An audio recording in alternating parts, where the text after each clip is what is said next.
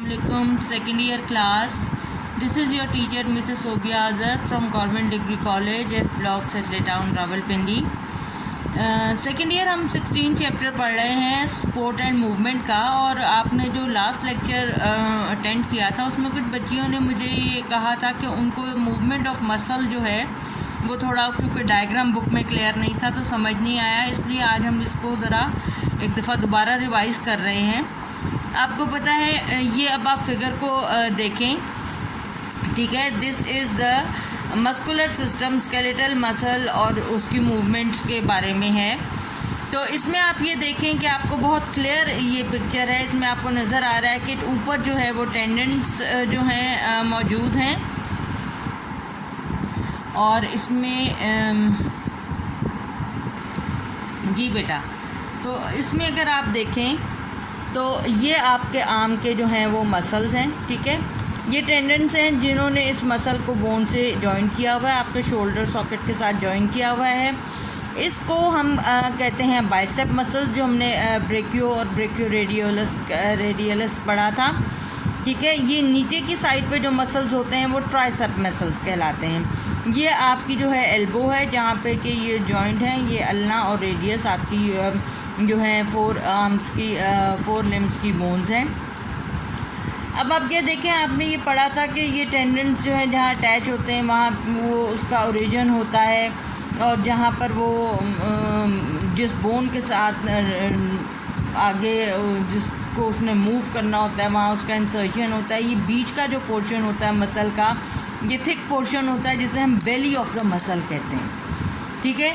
इस बेली ने असल में कॉन्ट्रैक्ट करना होता है, रिलैक्स करना होता है, और इसी का काम होता है कि ये बोन को सपोर्ट करके मूव करें।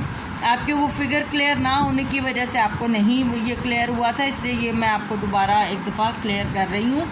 अब आप ये देखिए कि ये जो पोर्शन है, जब ये बाइसेप कंट्रैक्ट करते हैं, आप देखें ये कंट्रैक्ट किया हुआ है मसल, तो कंट्रैक्ट करने की वजह से ये ज़्यादा इसकी बेली का पोर्शन जो है वो स्वेल हुआ है, और ये ट्राइसेप रिलैक्स्ड है, इसकी बेली उतनी स्वेल्ड नहीं है। क्लियर हो रही है बात? तो अब ये बाइसेप के कंट्रैक्ट करने से क्या होता है कि आपका ये जो आर्म है ये आगे से ऊपर को उठता है, जैसे हम आर्म को ऊपर को उठा रहे हैं, और ट्राइसेप रिलैक्स है। अब जब हमने इसको सीधा करना है, सीधा करने के लिए बाइसेप जो है वो रिलैक्स हो जाएगा और ट्राइसेप जो है वो कंट्रैक्ट हो जाएगा, ठीक है।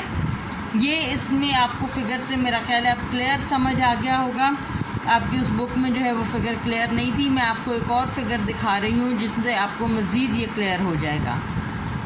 ये देखिए बेटा, ये टेंडेंट है। बाइसेप जब कंट्रैक्ट करेगा तो आपका बाजू ऊपर आएगा और ट्राइसेप रिलैक्स होगा, और जब ट्राइसेप कंट्रैक्ट करेगा तो फिर आपका बाजू जो है वो सीधा हो जाएगा। इसे हम कहते हैं मसल मूवमेंट। और क्योंकि ये पेयर्स में होती हैं, पेयर्स मीन्स के एक चीज़ जो है वो कंट्रैक्ट करती है, दूसरी चीज़ जो है वो रिलैक्स करती है। इस वजह से हम इनको जो है इस मूवमेंट को एंटागोनिस्टिक मूवमेंट भी कहते हैं, कि ये जो है pairs they work against each other. एक जो है कोई और काम कर रहा है तो एक कंट्रैक्ट कर रहा है, दूसरा रिलैक्स करेगा, और एक रिलैक्स कर रहा है तो दूसरा कंट्रैक्ट करेगा। आई होप सो कि ये आपको क्लियर हो गया होगा। अगर मज़ीद फिर भी कोई एमबीक्यूज़ या क्वेश्चंस हैं तो वो आप मुझसे पूछ सकते हैं। I let you know. मैं अपना जो प्रीवियस लेक्चर था जो कुछ बच्चियों का मिस हुआ है वो भी मैं दोबारा अपलोड कर देती हूँ, ताकि आप लोगों को उस लेक्चर को इसको आपस में को रिलेट करके समझने में आसानी हो। टास्क आपका वही है, you have to make short question answers, MCQs out of the topic. And इसके आगे हमारा इस चैप्टर का लास्ट टॉपिक रह जाएगा मूवमेंट इन डिफरेंट इन्वर्टिब्रेट्स, वो किस तरह से होती है।